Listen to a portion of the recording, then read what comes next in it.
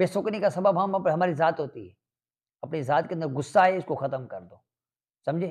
غصہ جو ہے نا، آپ کو پہلے وہ عرض کی تھی، غصہ ہی انسان کی بے سکونی کا بہت بڑا سبب ہے۔ اور دوسرا سبب اپنی منوانا، کہ میری ہی مانی جائے، میں ہی صحیح ہوں، میں غلط ہو ہی نہیں سکتا۔ تو جو بندہ کہے میں ہی صحیح ہوں، غلط ہو نہیں سکتا، وہ بے سکون رہے گا۔ تو بے سکونی کا کئی اسباب ہیں، لیکن ایک سبب یہ بھی ہے کہ سکون آپ کسی کو لینے دیں گے تو کوئی اور آپ کو بھی سکون لینے دے گا۔ اس لیے گھر کے اندر اپنے والدین کے ساتھ ادب و احترام کے ساتھ پیش آئیں، ان کی بات مانا کریں، اپنے بھائی بہنوں کے اوپر شفقت کریں، ان کی بھی بات مانا کریں، صبر اور برداشت کے ساتھ چلیں۔ میاں بیوی کا معاملہ ہے، اس میں بھی آپ صبر برداشت کے ساتھ مانیں، جھکیں، معافی مانگ لیا کریں، غلطی تسلیم کر لیا کریں، انشاءاللہ تبارک و تعالیٰ آپ کو سکون ملے گا۔